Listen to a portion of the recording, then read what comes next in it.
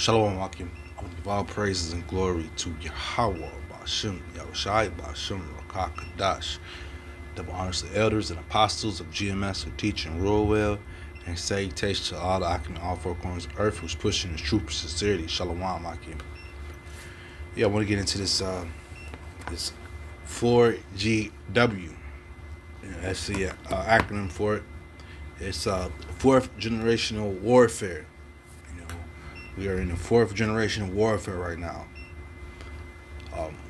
This type of warfare is, it's fought on, it's different in a way because technology is getting more and more advanced, and they're not just using men with guns. Now we're going into technology. We're going into different ways of different forms of warfare, so to speak. It says moving from manpower, which was 1 GW, to massive firepower, which was 2 GW, to mechanized maneuver, which was 3 GW, and finally arrived evolving insurgents. So this is where we're at 4G. So now this is where you have the cyber war. You're going to be hearing more and more about, you've been hearing about these different social media apps that's been getting hacked, these different bank apps that have been getting hacked. These are all just part of this different warfare, this 4G warfare that we're speaking about.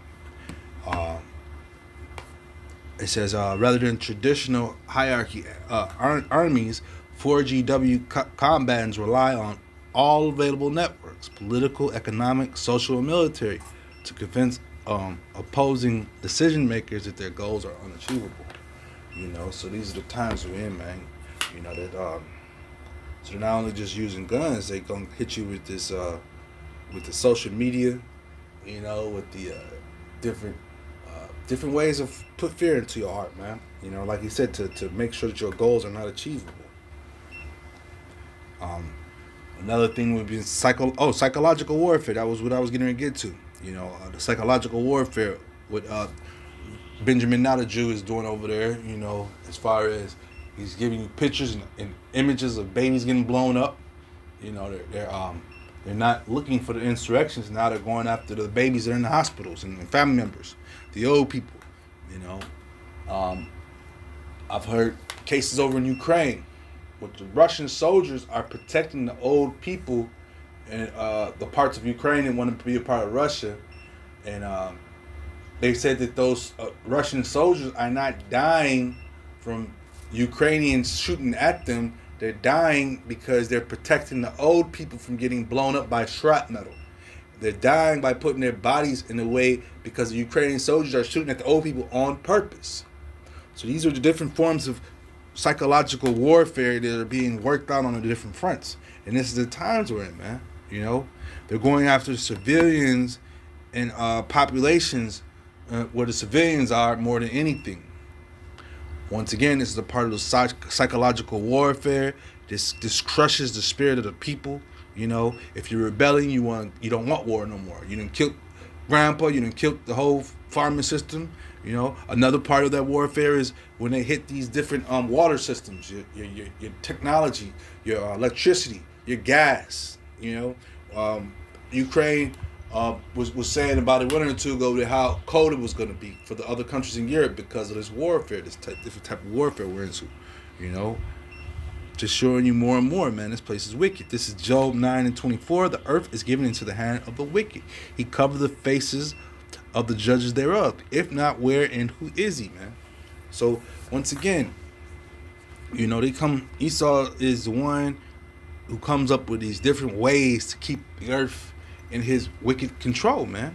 And at the end of the day, this devil has been nothing but a thorn and a whooping stick for us, and his time is coming to an end, man. But right now we're in a phase where the world is trying to recognize who he is. Well, we have the advent of this internet once again, and you can always do Google searches and everything else to that matter to find out who he is, man. But yeah, the leaders of this world, they're all in cahoots. They're setting up for this, man.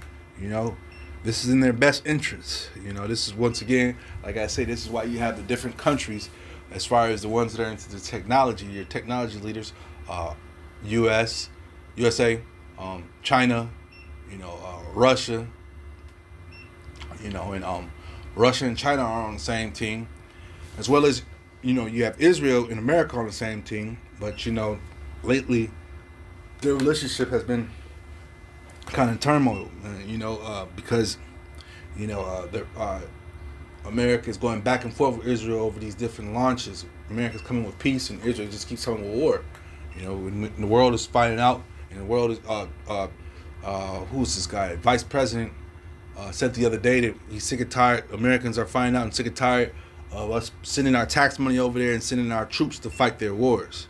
So everything's coming out right now, man. But like I said, at the end of the day, Benjamin, not a Jew, he's the he's really heavy into this psychological warfare, and the thing about it over there, he tries to paint the picture that he's the good guy. He's painting a real big picture that he's the good guy. He's a crusader for the for Jews that are over there, and they want their land back, and they're gonna knock down whoever settlement is over there, Palestinian settlement is over there, But yeah, he's full of it, man. This is Psalm 55 and 20. I'm gonna start at. He have put forth his hands against such as be at peace with him. He have broken his covenant. The words of his mouth were smoother than butter, but war was in his heart. His words were soft in the oil, yet there were they drawn swords. And they try to push these different narratives that we're doing the best. This is the best for this country. This is the best. As far as the interests. Our interests are in for the people. Like Benjamin Netanyahu, he's talking about knocking the Palestinians and knocking their homes down to build up settlement land for his people. And the world is seeing this stuff, man, and seeing how wicked that is, man. But he tries to paint the picture that they've launched rockets, they're starting stuff with them, And he plays the victim role. Esau has a thing about playing that victim role. He likes to throw stones and hide his hand, and that's just what he does, man. So yeah, war. His words were smoother than butter, because you got to realize that what Benjamin Netanyahu preaches to his people, that who the enemies are. He does the same thing when he comes to America and preaches in front of those different when it comes to beg for money and beg for help and sympathy. He plays a role to the people like they're the victim. But once again, like I say, the world is finding out they're not the victim, man. They're the instigators, man. They're the ones stirring up the shit. This is 1 Thessalonians 5 and 3. For when they shall say peace and safety, then sudden destruction cometh upon them, as travaileth upon a woman with child, and they shall not escape, man. And that's the judgment that's going to come to Benjamin Netanyahu, because judgment's coming to him, man. And at the end of the day, these people, they're full of it, man. That's for when they say peace and safety, man.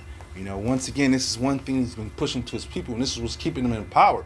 For the most part, because his cabinet and his people really believe that he's doing a good job for them, man.